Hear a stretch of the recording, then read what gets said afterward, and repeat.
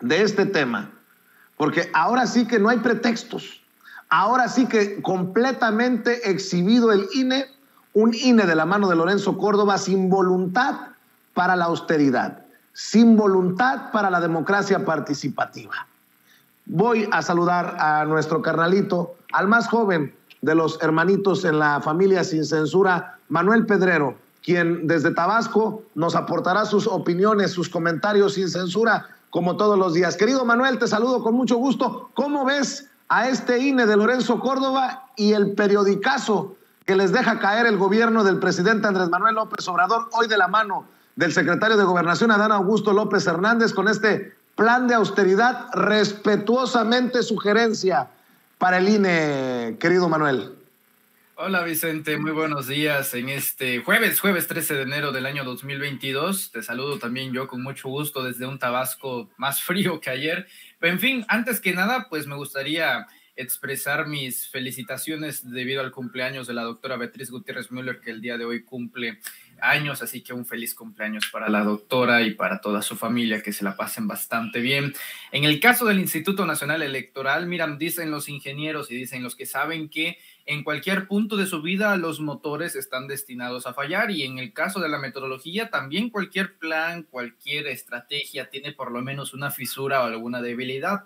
Pero debo decirte que esta propuesta que hace el gobierno federal, no en palabras del presidente Andrés Manuel López Obrador, sino del secretario de Gobernación Adán Augusto López Hernández, a pesar de que con antelación ya había una propuesta por parte del presidente y hoy se explica a fondo en la conferencia mañanera de qué va este plan de austeridad para el Instituto Nacional Electoral, debo decirte que es un plan cuasi perfecto, es un plan muy bueno, y te voy a decir por qué. Hace unos minutos tú comentabas, querido amigo, que, a ver, yo no creo que Ciro Murayama vaya a aceptar, que si Lorenzo Córdoba vaya a aceptar, poco importa si aceptan o no, porque ahora tienen una encrucijada del estilo del PRI entre decidir si el PRI nacionalista de Cárdenas o el PRI salinista, neoliberal, privatizador. Y es una encrucijada de este tamaño, Vicente, porque tenemos a un Instituto Nacional Electoral que hace unos días se ufanaba a Lorenzo Córdoba en este famoso meme donde apuntaba el dedo con una cámara y con sus ojos fuera de órbita, donde decía que ahora Hacienda les tenía que responder ante las solicitudes de recaudación de más dinero que solicitaba el Instituto Nacional Electoral para ejercer el ejercicio, o no por una redundancia, sino porque literalmente así lo constituye la ley, de revocación de mandato. Concretamente hay que recordar los antecedentes. A ver, ¿cuánto era el plano inicial de solicitud que estaba pidiendo el Instituto Nacional Electoral a la Cámara de Diputados para el presupuesto del año 2022, el año que actualmente estamos cursando? Sabemos muy bien que eran los 25,000 millones de pesos, de los cuales se le terminó dando 19,000 millones de pesos. Un escándalo marcaoso del cual Lorenzo Córdoba estuvo pues haciendo un berrinche institucional dentro de su calidad de consejero presidente por un largo y un buen tiempo, obviamente secundado por personajes como Ciro Murayama y luego confrontados por personajes como Carla Humphrey en esta diferencia de ideas de que sí había que hacer la revocación de mandato con los recursos que ya habían en el INE y contra los consejeros que consideraban que necesitaban más dinero para realizar la revocación de mandato. Debo decir que en esa ocasión pues fue una elección de consejeros electorales bastante cerrada, ganó el 6 contra 5, recordar que solamente hay 11 consejeros. ¿A qué voy con todo esto? Bueno, después de los 19,000 millones de pesos con los cuales se quedaron el INE, porque hay que recordar que la Suprema Corte le dijo que en el pastel, o sea, que no iban a darle un solo peso más, que en todo caso, si ellos consideraban como instituto que si necesitaban un centavo más, pues tenían que hacer su manuscrito, no tendrían que hacer ahí su oficio, su documento, enviárselos a Hacienda y sustentar y argumentar bajo qué concepto necesitaban más dinero. Tarde o temprano esto iba a pasar y resulta ser que sucedió el día de ayer, querido Vicente, donde el INE pidió casi 2,000 millones de pesos adicionales. Es decir, de los 19,000 millones que actualmente tienen, el día de ayer solicitó alrededor de 1,700 millones de pesos más. O sea, casi estamos hablando de los 21,000 millones de pesos, prácticamente cerrados los 20,000 millones de pesos, y es que necesita más y más dinero. Hoy, de forma bastante inteligente, después de esa solicitud que se le hizo a la Secretaría de Hacienda y Crédito Público el día de ayer, hoy, nada más y nada menos, el secretario de Gobernación dice, a ver, señores, hicimos un estudio, hicimos un análisis, hicimos nuestras estadísticas y según nuestros números, le daría al Instituto Electoral una disponibilidad de 2.972 millones de pesos y mencionó que en el transcurso de hoy vamos a enviar toda esta información, este análisis al INE para que de manera respetuosa ellos puedan revisar el ejercicio. Ahora, ¿cuál es el truco? ¿Por qué al inicio planteé que este plan es cuasi perfecto?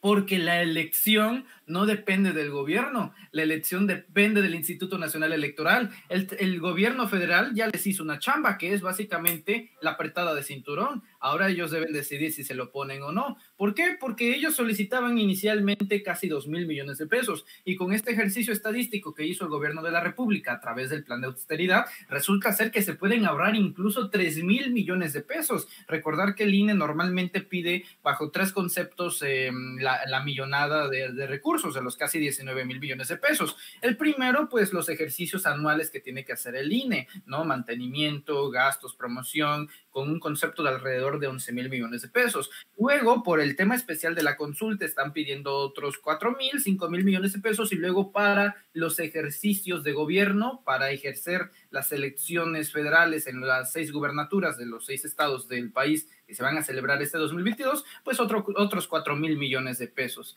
Entonces, este ejercicio resulta ser que demuestra que hay una fisura en el cual el INE puede apretarse el cinturón y dar 3.000 millones de pesos dentro de la institución, que es más de lo que están exigiendo en estos momentos. Ahora, ¿qué es lo que creo que va a pasar?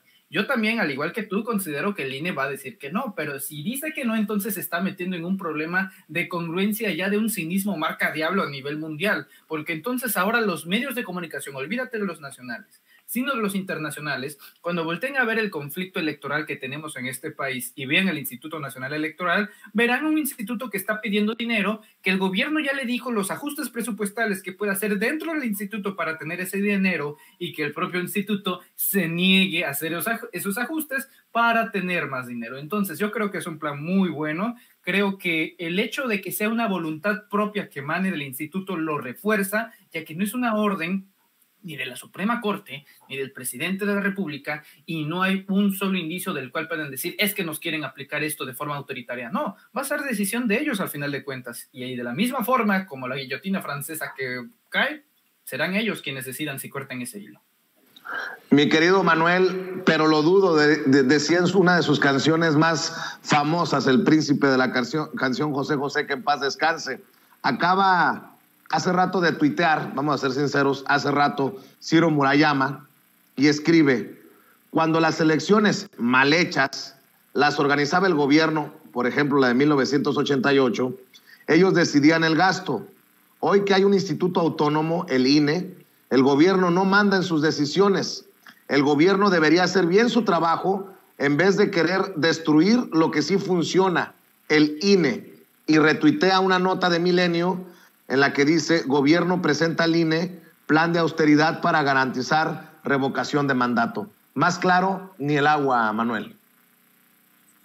Ni el agua, y es que, mira, coincido totalmente contigo en que van a seguir en esta negativa, pero en este punto, con los más de 200 asesores que tienen el Instituto Nacional Electoral, por lo menos uno debe de ser lo suficientemente listo para que le explique, ya sea a Lorenzo Córdoba o a Ciro Murayama, a cualquiera de los consejeros electorales al mandamás de ese lugar, que ya no es factible no aceptar la propuesta del gobierno federal, porque de no aceptarla entonces se meten en un escándalo mediático. Tenemos al niño que estuvo friegue con un juguete, entonces el papá le explicó que con sus juguetes ya rotos podía hacer un nuevo juguete y mejor y toda la onda, y se niega. Entonces, ¿de qué se trata? No es todo el papá gobierno, papá Estado, finánciame, susténtame, porque necesito pues seguir manteniendo mi vida de lujo. Cada vez es más notorio cómo es que es la vida estrafalaria de cada uno de los consejeros electorales, y ojo, nada más de los millonarios de los consejeros electorales, porque otra cosa es el Instituto Nacional Electoral en toda su plataforma, que obviamente necesita tener un modo de vida para estarse sustentando y ejercer pues sus propias funciones. Es decir, yo no estoy de acuerdo con la idea de eliminar al INE, sí de reformar al INE y ya no es TRIFE, pero al Tribunal Electoral, porque al final de cuentas es la cúpula. Si no realizamos ese ejercicio, Vicente, entonces va a pasar las consecuencias del Tribunal Electoral. ¿Qué fue lo que pasó? Salió una ratota por un tema ahí de corrupción, pero ¿qué es lo que pasa? Entra otra rata marca Premium 2.0, que resulta ser que es Reyes Rodríguez Mondragón, un calderonista de hueso colorado, el personaje que en Twitter luego se desdijo que no le deseó la muerte al presidente, y eso podría pasar si solamente removemos parcialmente el tumor o el cáncer que se trata en el Instituto Nacional Electoral. Que sigan en la negativa. Realmente nosotros tendríamos que ver a largo plazo. A corto ellos van a decir que no, muy bien. Cuando digan que no, ya se fregaron, porque en ese momento, pues, ¿qué va a decir la opinión pública? A mí me refiero a la auténtica opinión pública y no a los pseudointelectuales como Sergio Aguayo, que creen que la gente que quiere que se invierta más en ciencia, eso de alguna manera es un sinónimo de que se apoya a los intelectuales, y todavía para terminar de amolarla, pues en latinos. O sea, no me refiero a ese tipo de cosas. Me refiero a que, ¿qué dirá la auténtica opinión pública? ¿Qué dirá la gente que se informa sin censura? Pues es que ahora sí que, como dijera Peña en algún momento, ningún país sudamericano les embona, y es que es la verdad. Desgraciadamente así tenemos al Instituto Nacional Electoral, pero confío en que esto también alimenta la narrativa del presidente, en el cual indica que se sustente en una reforma electoral. Si tienes a un INE pedinche, a un INE ineficiente, a un INE que simplemente se rehúsa a hacer el trabajo que le mandata la Constitución mexicana, entonces haz de cuenta que tienes todos los cimientos y sin un solo pero para ejercer la reforma electoral, el cual tendría una limpieza profunda de todos estos personajes y de ser un personaje que está auténticamente vinculado a la nación, al pueblo, no a los partidos políticos, no que se escojan en el poder legislativo, sino que sean electos por el pueblo, una democracia directa para elegir quiénes van a ser los que representen nuestra democracia. Es un chiste bastante largo, pero al final de cuentas hay que esperar el remate. Así es, y ayer en el Consejo General del INE, en el que unánimemente votan para pedirle a la Secretaría de Hacienda 1,700 millones, uno de los personajes centrales de la iracunda respuesta de las críticas de consejeros y consejeras del INE fue Sergio Gutiérrez Luna, el presidente de la mesa directiva de la Cámara de Diputados, querido Manuel Pedrero, quien hoy publica un video que les pone una tunda a esos consejeros. Pregunta en Twitter: ¿estamos en contra del INE? Sí, en contra del INE con privilegios, derroche y exceso. Hay dos institutos, el de Lorenzo y Ciro, que ganan 262,000 pesos al mes, y el de trabajadores que solo reciben 7,664 pesos. Y lo explica desde el pizarrón. Este es el video que circula Sergio Gutiérrez Luna. Hay dos INEs, el de Lorenzo y Ciro y su sueldo de 262,000 pesos. Y el INE del pueblo, el que está en los módulos, el que te da la credencial, el que te atiende, ganan 7,664 pesos. Lorenzo y Ciro le pagan a ellos, a los que de verdad trabajan, 7,664 pesos. Mientras de este lado tienen seguro de vida, de separación, de gastos médicos mayores, colectivo de retiro, aquí no tienen nada. Tienen 260 asesores. Tienen combustible, 3,500 pesos al mes. Tienen apoyo para alimentos, 11,970 pesos al mes, más que lo que ganan los trabajadores. Aquí se sirven con la cuchara grande. Tuvieron de aguinaldo 350,000 pesos. Mientras los trabajadores del INE, 5,169 personas, tuvieron solo 12,773. Cuando nos preguntan si estamos en contra del INE, estamos en contra de este INE, de excesos y privilegios de derroche. Estamos a favor del INE del pueblo.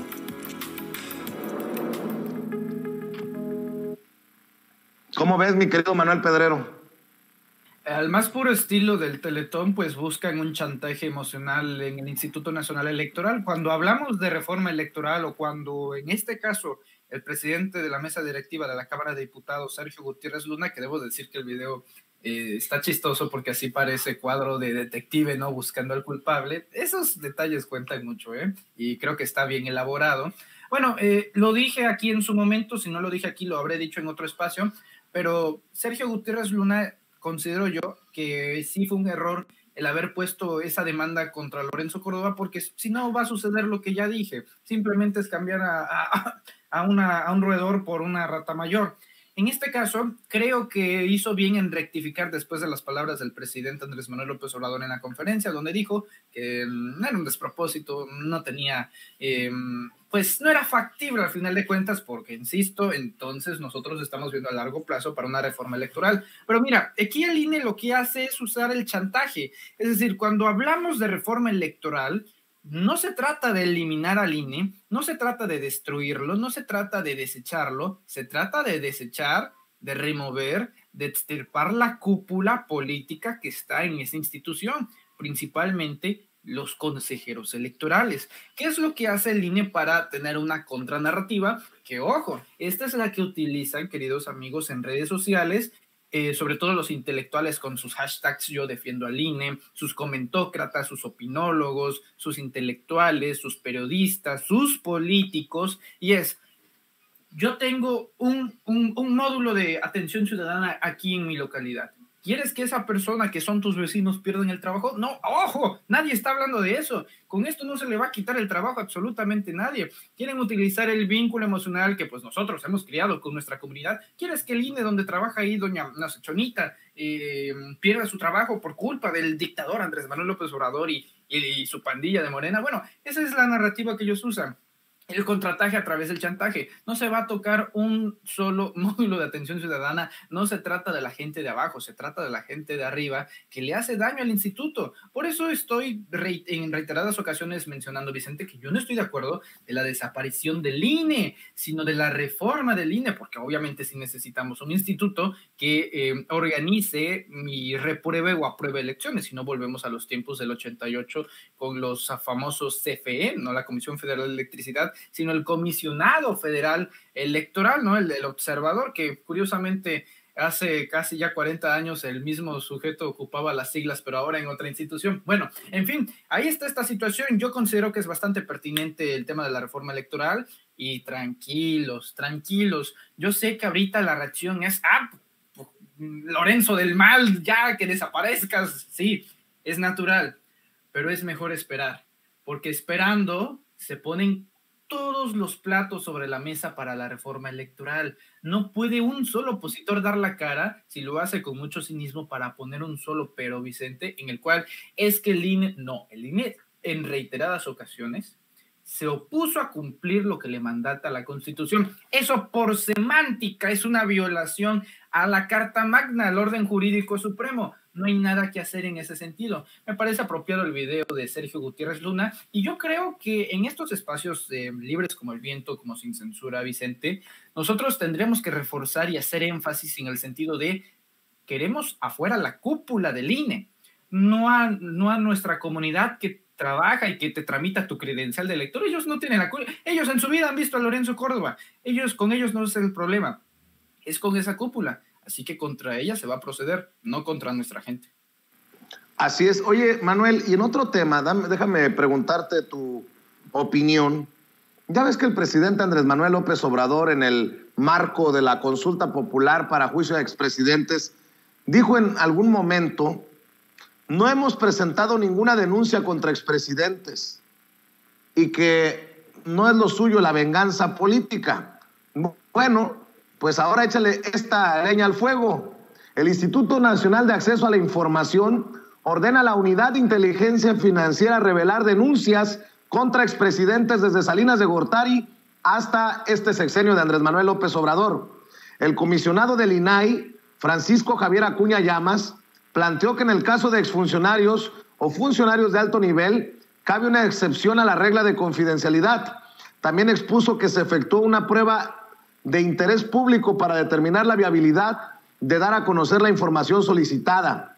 El Instituto Nacional de Transparencia, Acceso a la Información y Protección de Datos Personales, el INAI por sus siglas, ordenó hoy a la Secretaría de Hacienda y Crédito Público dar a conocer el número de denuncias presentadas por la Unidad de Inteligencia Financiera ante la Fiscalía General de la República de 2005 al 30 de agosto de 2021 en contra de los expresidentes y el actual mandatario de México por operaciones con recursos de procedencia ilícita y corrupción. Y cito lo que se detalla en un comunicado: el sujeto obligado debe desglosar la información por nombre de cada uno de los expresidentes de México, es decir, Carlos Salinas de Gortari, Ernesto Zedillo, Vicente Fox, Felipe Calderón y Enrique Peña Nieto, así como del actual titular del Poder Ejecutivo Federal, Andrés Manuel López Obrador, y también precisar el mes en el que se presentó la denuncia y la delegación de la Fiscalía General de la República que la recibió, insisto, esto a través de un comunicado. El INAI, otro órgano autónomo con el que ha chocado el presidente Andrés Manuel López Obrador, se me viene a la mente si buscarían desestabilizar con esta petición, porque el presidente ha sido muy cuidadoso de no patear la vitachera a lo tonto con este tema de los expresidentes. Incluso él siempre dijo que iba a votar en contra de la consulta popular para el juicio a expresidentes, Manuel. Incluso, Vicente, también hay que recordar que, sí, a ver, en el caso de la unidad de inteligencia financiera, este es un tema bastante interesante y al mismo tiempo preocupante. A ver, en estos dos periodos que ha tenido la unidad de inteligencia financiera, tanto con Santiago Nieto como con Pablo Gómez, creo que han habido resultados bastante buenos. También en esta época de Pablo Gómez, hace unos días nos enterábamos de cómo la UIF le había congelado las cuentas a la ex esposa de Javier Duarte de Ochoa, ex gobernador de Veracruz, a Karime Macías, ¿no? Quien todavía se encuentra en Londres, donde tenía una residencia tan solo unos kilómetros del Palacio de Buckingham, o sea, vivía tan solo unos metros de la reina de Inglaterra. Básicamente con eso explicamos toda la corrupción. Recordarás que se le acusaba un agravio al erario de Veracruz por más de 112 millones de pesos, ya con toda esta congelación de cuentas por parte de la UIF, pero de Pablo Gómez. Bueno, en este caso, el INAI, un instituto que ni siquiera era relevante para los políticos hasta hace unos días. Te acordarás también que Peña Nieto no lo podía ni siquiera mencionar, el instituto de este instituto. Bueno, ese es el INAI. El INAI es uno de los elefantes reumáticos burocráticos más grandes que me parece que hay en la administración pública, porque para hacer solicitudes para que las dependencias, en este caso Hacienda, de información, tiene que pasar un montón de trámites, va a tardar mucho, meses, años, quién sabe. Y bueno, eso para los políticos, imagínate para los periodistas, ¿no? Que busquen información a través de números y transparencia, y simplemente hay que esperar largos tiempos. Ahora, sospechosamente, y como tú bien lo mencionas, y creo que aquí está el eje central de todo este asunto, es que el INAI es un organismo autónomo, no depende del gobierno federal, no está subordinado bajo ninguna influencia del titular del Ejecutivo. Busca ahora solicitar a través de Hacienda. Recordar que la UIF es una dependencia de la Hacienda, y la Hacienda obviamente depende del presidente, así que prácticamente Pablo Gómez tiene dos jefes: el primero Rogelio Ramírez de la O, y el segundo el presidente Andrés Manuel López Obrador. Entonces, ¿qué es lo que pasa cuando una dependencia que obviamente está vinculada y va directamente a la subordinación del presidente de la República menciona que, a ver, queremos información de los expresidentes, meses, montos, denuncias, a ver qué tienen? Entonces, si se llega a encontrar algo, que digo, es bastante legítimo que la UIF investigue a este tipo de personajes, entonces es una buena oportunidad para la oposición, pues no, que no eres vengativo, no que bla, bla, bla, bla, bla, bla, bla, bla, bla. Ya me los puedo imaginar diciendo que López persigue a los expresidentes, ¿no? De este estilo de panfletos que ya son bastante repetitivos, Vicente, pero creo que si se llega a encontrar algo o no, si se llega a encontrar algo, que bueno, digo, yo estoy a favor de que se investigue a los expresidentes, incluso si es por parte del gobierno de Andrés Manuel López Obrador. La idea de la no venganza, pues es que no se trata de venganza, se trata de justicia, porque son adeudos que todavía vamos a seguir arrastrando. Nada más Zedillo con el Fobaproa, uno se va a morir y no vamos a terminar de pagar la deuda. Los que saben dicen que la terminaremos de pagar en el 2076. Quienes nacieron en el 94, para que llegue el 76 ya van a tener como 80, 90 años. La expectativa de vida en México es de 74. O sea, es todo un enrollo, y nada más hablando de Zedillo podríamos hablar de las privatizaciones y más de movimientos bancarios. Pero en este caso, si se llega a encontrar algo, qué bueno. Y si se llega a encontrar nada, que no hay información, bueno, pues ahí vamos a ver la reacción de la oposición, que creo que es minoritaria, pero para nosotros es de bastante interés que desde el gobierno de la República, pues la propia UIF esté investigando a estos personajes. Así es, mi querido Manuel, y nada más para ponerle la cereza al pastel, esto es precisamente el anuncio oficial en el INAI. Esto es lo que se dijo, se informó desde el Instituto Nacional de Acceso a la Información. Vamos a ver y escuchar el anuncio, si lo tienen, compañeros.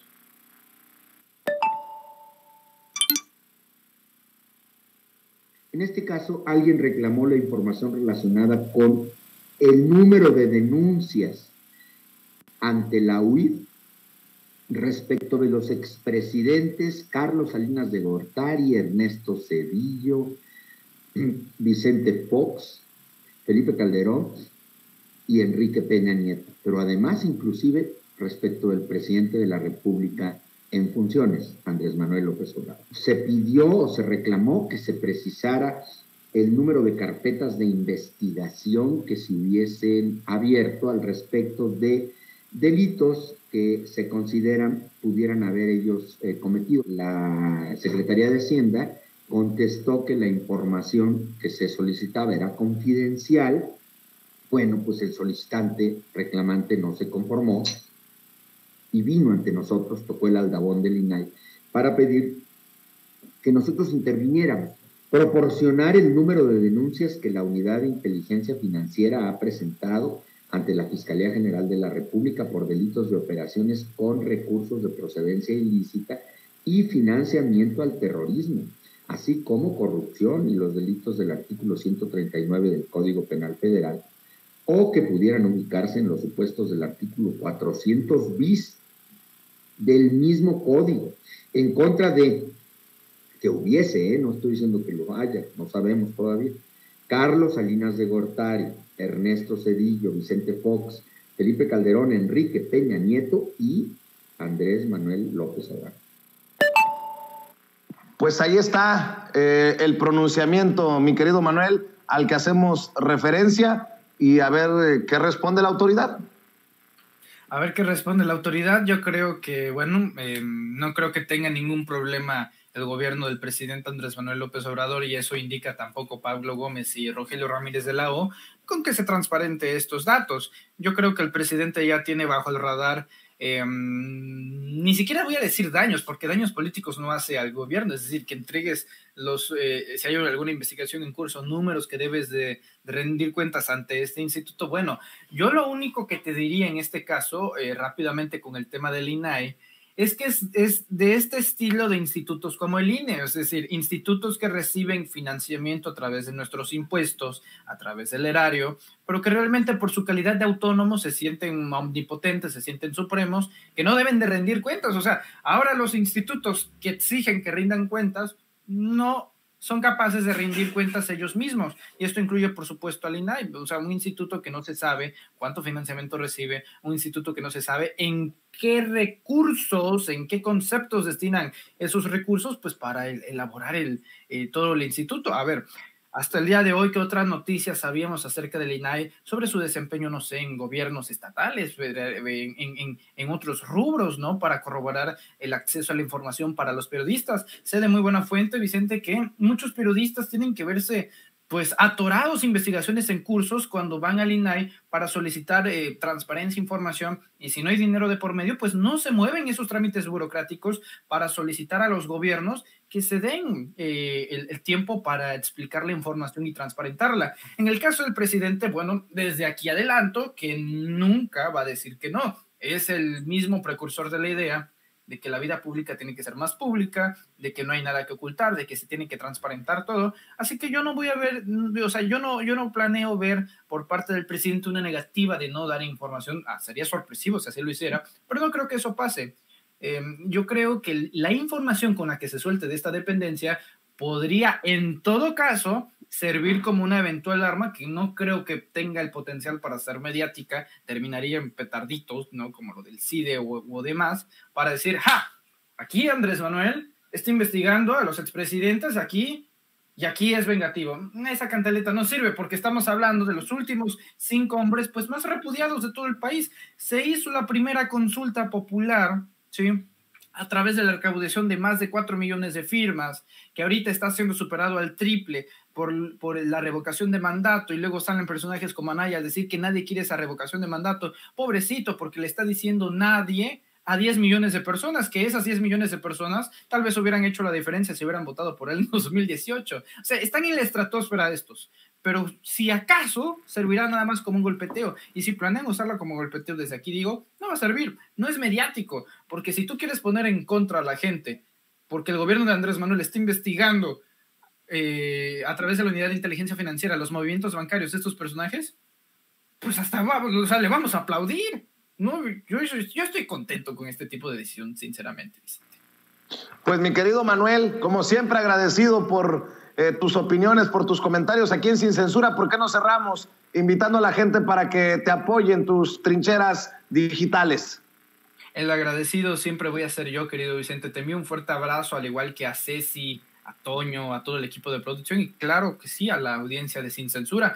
Como siempre, los invitamos a que no se pierdan Sin Máscaras a las 4 de la tarde en el canal de YouTube de su servidor y amigo Manuel Pedrero. Nos vemos a las 8 en el Notifierro, aunque sé que hay un evento, algo especial el día de hoy. Así que, de hecho, creo que sería sano compartirte una información, Vicente, para saber qué tipo de ratas, pues últimamente quieren comer este queso. Así que te envío un fuerte abrazo, cuídate mucho y bendiciones a todos. Por ahí nos encontramos. Espero un mensaje con esa información, mi querido Manuel Pedrero. Te mando un abrazo. Gracias a Manuel Pedrero, el más joven de esta familia Sin Censura. Hoy en la mañanera, grábeme, don David, hoy en la mañanera Delfina Gómez, la profesora Delfina